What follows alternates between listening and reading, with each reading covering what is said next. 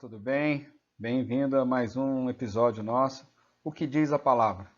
Como a gente está vendo, esse nosso episódio sobre o Evangelho de Jesus segundo Marcos.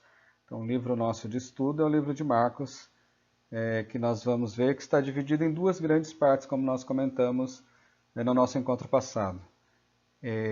Todo o texto está respondendo à grande pergunta: quem é Jesus? E Marcos vai nos dizer: Jesus é o Cristo, o Filho de Deus. Hoje, para a gente entender a palavra de Deus, nós, como sempre, desde o começo a gente está falando, precisamos entender as palavras do ser humano. As nossas palavras que vão vão nos ajudar a compreender a palavra de Deus. Três palavras são importantes hoje para nós compreendermos o que diz a palavra: profeta, deserto e espírito. São as três palavras que vão direcionar a nossa leitura desse trecho aqui que a gente vai ver hoje, que é do capítulo 1, versículo 2 ao 13. Então, boa caminhada, vamos junto nesse nosso encontro. Então vamos no texto. Está escrito no profeta Isaías: Eis que envia à tua frente o meu mensageiro, e ele preparará teu caminho. Voz de quem clama no deserto: preparai o caminho do Senhor, endireitai as veredas para ele. Assim veio João batizando no deserto e pregando um batismo de conversão para o perdão dos pecados. A Judéia inteira e todos os habitantes de Jerusalém saíam ao seu encontro e eram batizados no rio Jordão, confessando os seus pecados. João se vestia de pelos de camelo, usava um cinto de couro à cintura e alimentava-se de gafanhotos e mel silvestre.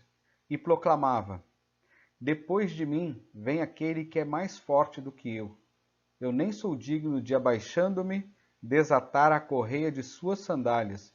Eu vos batizei com água, ele vos batizará com o Espírito Santo. Naqueles dias, Jesus veio de Nazaré da Galiléia e foi batizado por João, no rio Jordão. Logo que saiu da água, viu o céu rasgar-se e o Espírito como pomba descer sobre ele. E do céu veio uma voz: Tu és o meu Filho amado, em ti está o meu agrado. Logo depois, o Espírito o fez sair para o deserto. Lá, durante 40 dias, foi posto à prova por Satanás, e ele convivia com as feras, e os anjos do Senhor o serviam.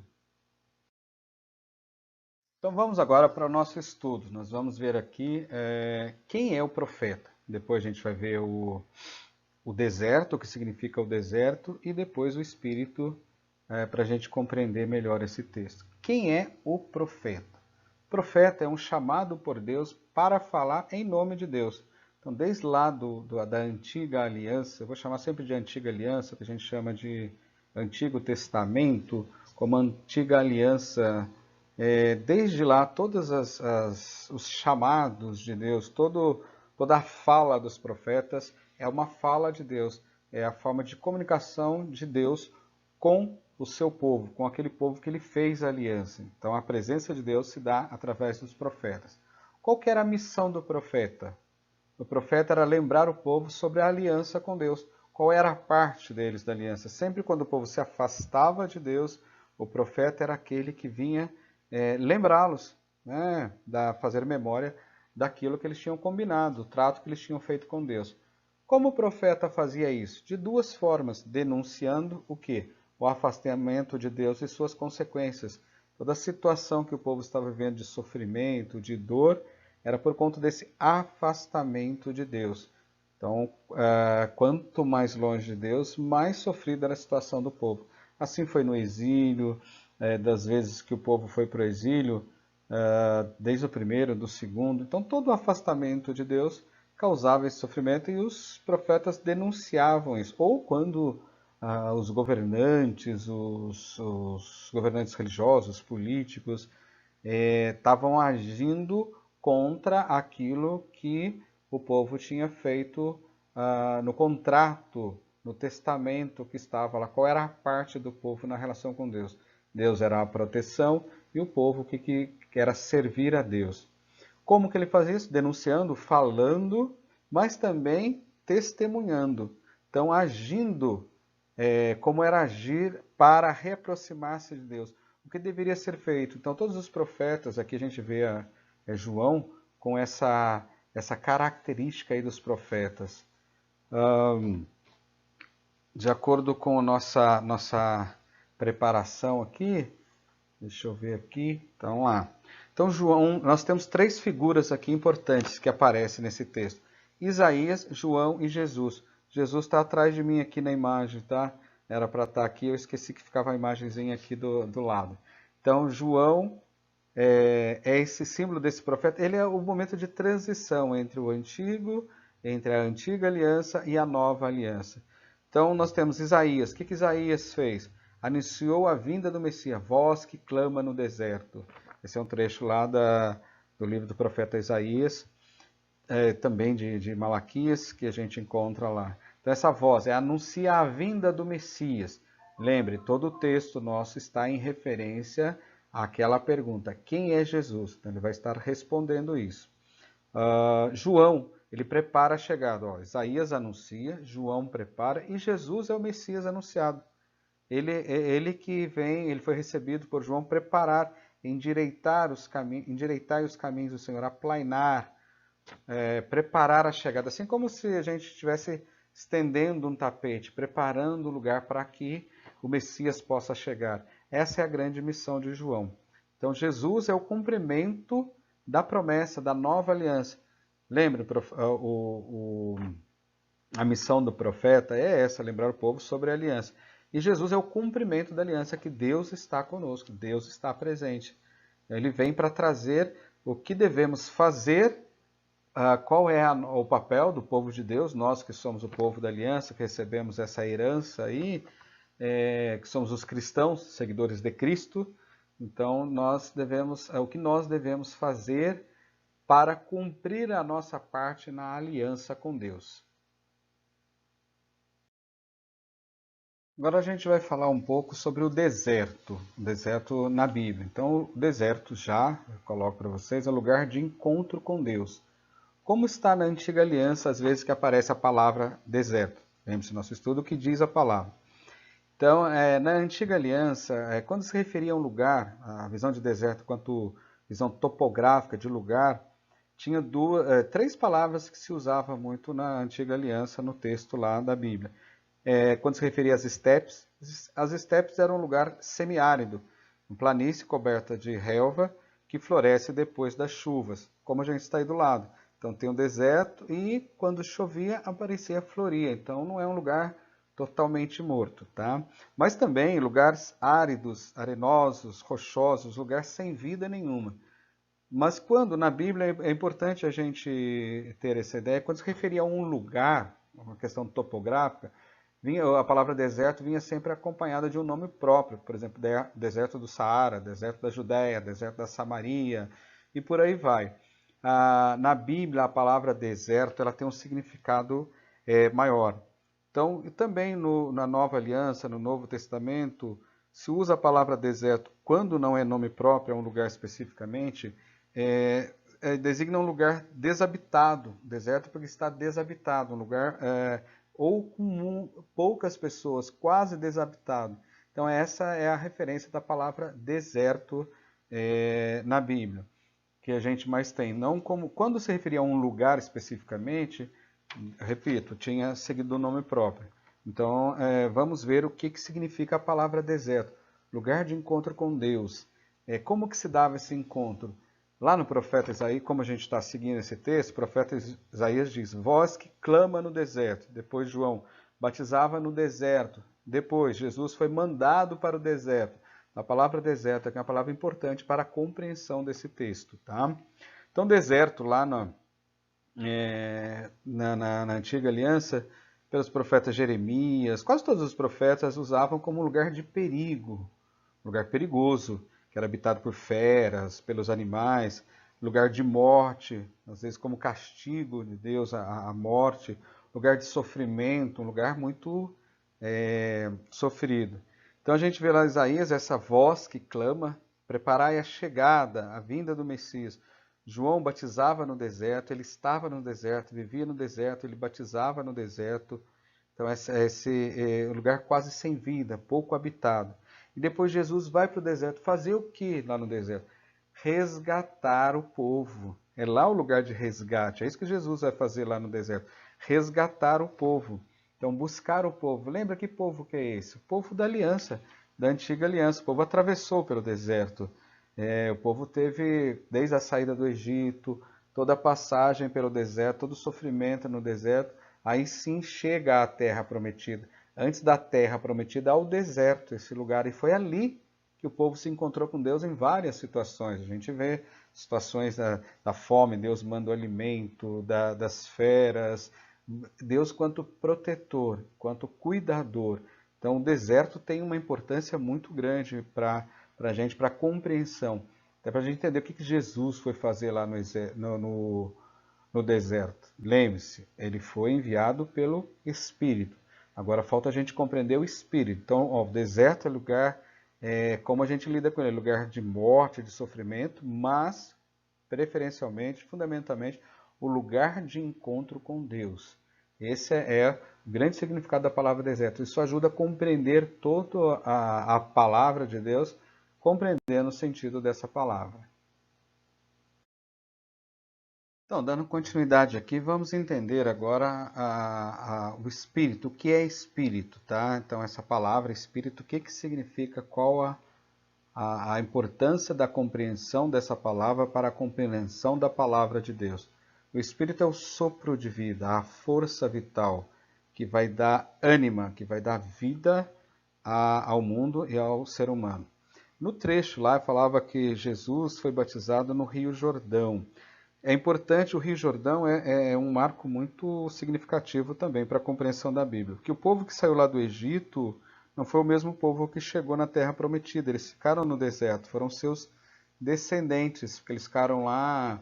Aqui logo à frente vai referir aos 40 dias que Jesus representa, os 40 anos, que representa toda uma geração. É um número simbólico, 40, que representa toda uma geração. Então lá eles saíram, lá na Antiga Aliança tem a travessia do mar, a passagem pelo deserto e depois a travessia do Rio Jordão para chegar à Terra Prometida. Então tem essa referência aqui, o Rio Jordão, a importância de ser batizado no Rio Jordão. O Rio Jordão como lugar de travessia. Como a gente tem depois a ressurreição, tem esse lugar de travessia. E quando Jesus é batizado ali por João, desce sobre ele o Espírito Santo. Em forma de quê? Em forma de uma pomba. O que essa pomba está fazendo aí, gente? A gente pergunta, o que essa pomba está fazendo? Qual o significado dessa pomba? É muito interessante, por isso é importante a referência à antiga aliança, ao Antigo Testamento. Da onde vem essa pomba? Essa pomba, lembra lá do dilúvio? Que foi lá 40 dias e 40 noites de chuva, acabou toda aquela geração e Deus recomeça uma nova geração com Noé, a arca de Noé lá com todos os seus filhos, com a sua família. Ele começa um mundo novo, uma nova geração que é fiel a Deus. Deus continua fiel na sua promessa e essa é a parte dos seres humanos com Deus. E ele manda, depois que passou, que acalmou o tempo, a chuva, ele manda o corvo, ele vai e não volta, fica rodeando ali, porque ainda tem muita coisa lá, tem muito alimento para o corvo. Depois ele solta uma pomba, ela volta, traz um raminho de oliveira, depois 7 dias solta, ela vai e não volta mais. Para onde foi essa pomba? Tá aí, gente, apareceu a pomba. A pomba vem agora, né, na hora que Jesus é batizado, vem o Espírito Santo em forma de uma pomba. O que desce sobre Jesus é o Espírito Santo, não é a pomba. A pomba representa todo esse espírito de vida, essa novidade, essa nova geração, esse novo povo de Deus. Então é isso. E depois João diz que eu batizo com água, mas virá aquele que vai batizar com o Espírito Santo.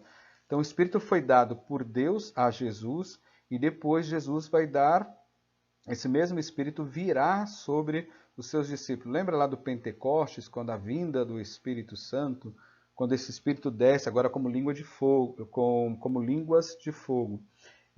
Mas essa pomba aqui é referência a esse Espírito de vida, a essa aliança que Deus fez com o seu povo. Ele vai estar sempre cumprindo essa aliança.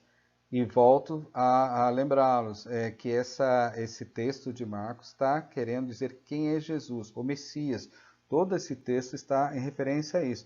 Então, aquele esperado, que eles esperavam a vinda do Messias, do Salvador, está aí. Então, esse é o resgate da humanidade. Então, ele foi lá, essa pomba, depois, essa pomba como força vital, esse espírito que dá vida e uma vida nova, ele impele Jesus, faz com que Jesus saia, que Jesus vá para o deserto.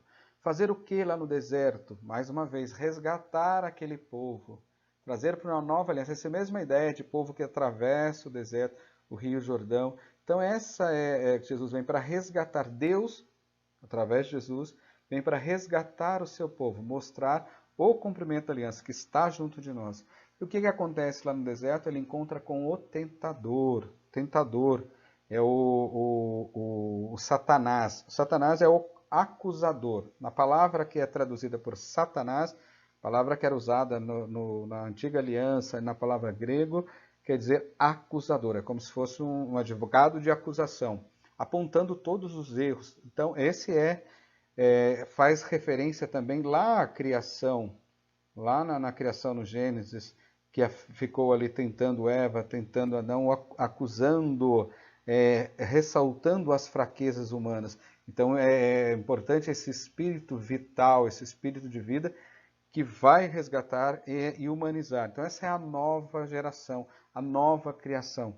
Assim como com Adão e Eva, foi a perdição, a fraqueza humana, aqui esse espírito é onde há a força humana, é a divindade presente no ser humano. Então esse sopro, esse hálito divino, tá? O sopro de vida, esse é o espírito, aquele mesmo que deu vida àquele ser vivente, agora nessa nova geração vai dar a vida, dar uma nova vida, esse é o espírito que deu, e aqui está, foi dado a Jesus. Aqui está de onde vem Jesus. Quem é Jesus? O Filho de Deus.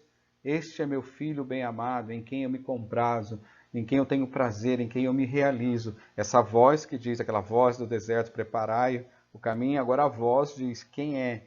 Esse é o meu Filho bem-amado. Essa é a compreensão dessa palavra de Deus.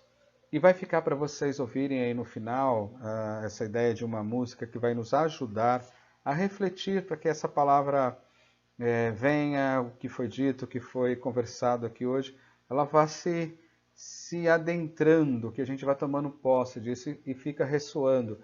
Deixar para vocês uma música, O Profeta, que é especificamente o profeta Jeremias, mas dá para a gente entender essa vocação, esse chamado profético, que todos nós, nesse momento que a gente vive, um momento de pandemia, vamos imaginar esse momento de isolamento, um momento de deserto, como devemos agir enquanto profetas?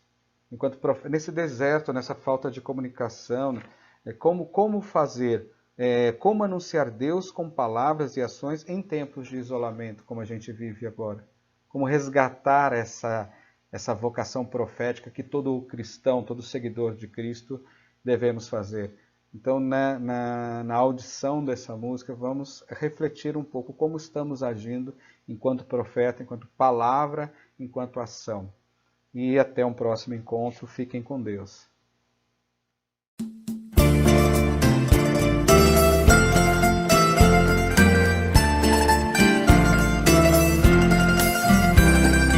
Antes que eu te formasse dentro do seio de tua mãe, antes que tu nascesses, te conhecia e te consagrei para ser meu profeta entre as nações. Eu te escolhi.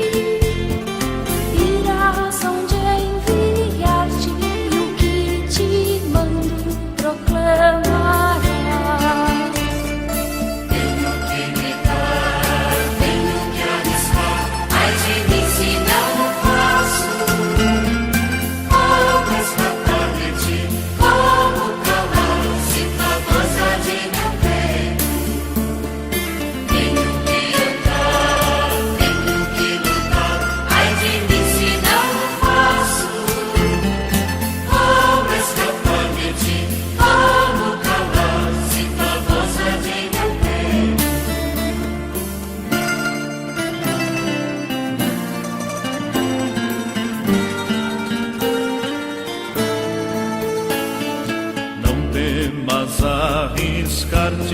porque contigo eu estarei.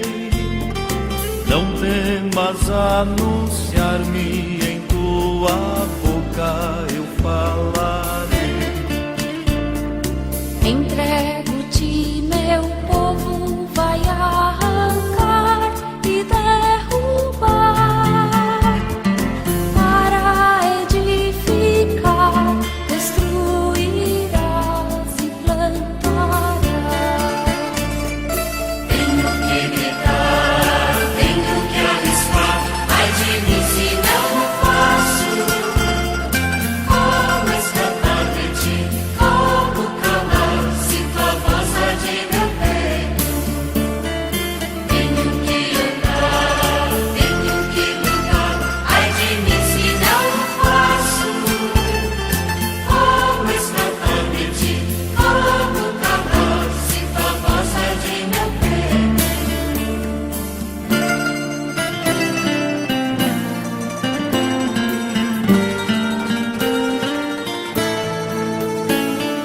Deixa os teus irmãos, deixa teu pai e tua mãe, deixa